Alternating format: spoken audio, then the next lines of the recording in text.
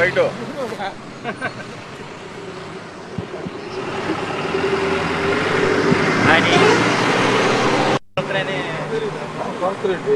పర్వతనేని జగదీష్ చంద్రశేఖర్ రెడ్డి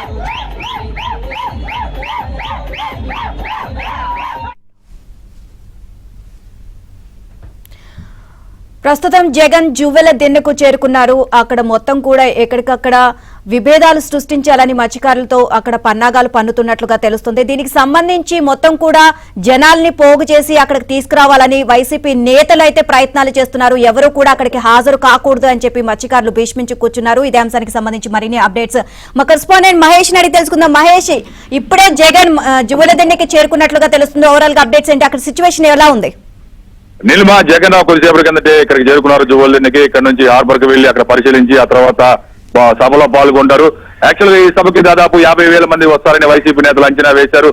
కానీ మత్స్యకార గ్రామాలు మత్స్యకారులందరూ కూడా వైసీపీ కుట్రలని రాత్రంతా కూడా చర్చించుకొని ఎవరు కూడా ఆ సభకు వెళ్ళకూడదు, వెళ్తే ఎవరైనా కాదని చెప్పి వెళ్తే ₹1,00,000 జరిమానా అంటూ దురాయి విధించుకోవడం జరిగింది.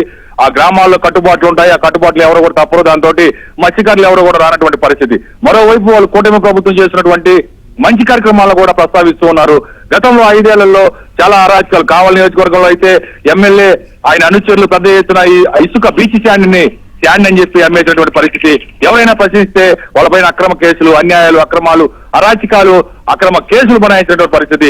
దాంతో ఈ జువ్వెలదిన్నె ప్రోగ్రామ్ కి మత్స్యకారులే కాదు చుట్టుపక్కల ఉన్నటువంటి గ్రామాల ప్రజలు కూడా ఎవరు వెళ్ళినటువంటి పరిస్థితి లేదు. దీంతో నెల్లూరు సిటీ, నెల్లూరు రూరల్ సర్వేపల్లి నుంచి పెద్ద ఎత్తున బస్సుల్లో జనాలు తరలిస్తూ ఉన్నారు. వాళ్ళు కూడా చాలా మంది రానటువంటి పరిస్థితి. జువ్వెలదిన్నె సబ్జెక్ట్ కి మాకేం సంబంధం, అక్కడికి ఆడొచ్చేవని చెప్పి చాలా మంది ముఖం చాటేశారు. మొత్తం మీద జగన్ పర్యటన కొనసాగుతూ ఉంది. వాళ్ళ అంచనాలకి ఇక్కడ జరుగుతున్న దానికి చాలా తేడా ఉండటంతో అందరూ కూడా ఒక్కసారిగా అవాకరైనటువంటి పరిస్థితి.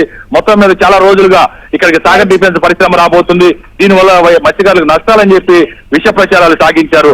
కానీ ఎమ్మెల్యే కావ్య కృష్ణారెడ్డి అలాగే టీడీపీ నేతలందరూ కూడా ఈ దుష్ప్రచారాల మీద విస్తృతంగా ఇది అసలు వాస్తవాలని చెప్పి చెప్పుతూ వచ్చారు. కూటమి ప్రభుత్వం ఈ రోజున మత్స్యకార కుటుంబానికి ₹20,000 వృత్తి ఇవ్వబోతుంది. మరోవైపు బోట్లు కొనుగోలుకు కూడా పెద్ద బోట్లు కొనుక్కోవడానికి ₹1,20,00,000 విలువ చేసే బోట్లు కొనుగోలు కూడా పెద్ద ఎత్తున సబ్సిడీ ఇవ్వబోతూ ఉంది. ఈ కార్యక్రమాలన్నీ చూసినటువంటి మత్స్యకారులే కాదు ప్రజలందరూ కూడా పరిస్థితి జగన్ కి బిగ్ షాక్ తగిలిందని చెప్పక తప్పదు. నిల్వ రైట్, థ్యాంక్ యూ మహేష్.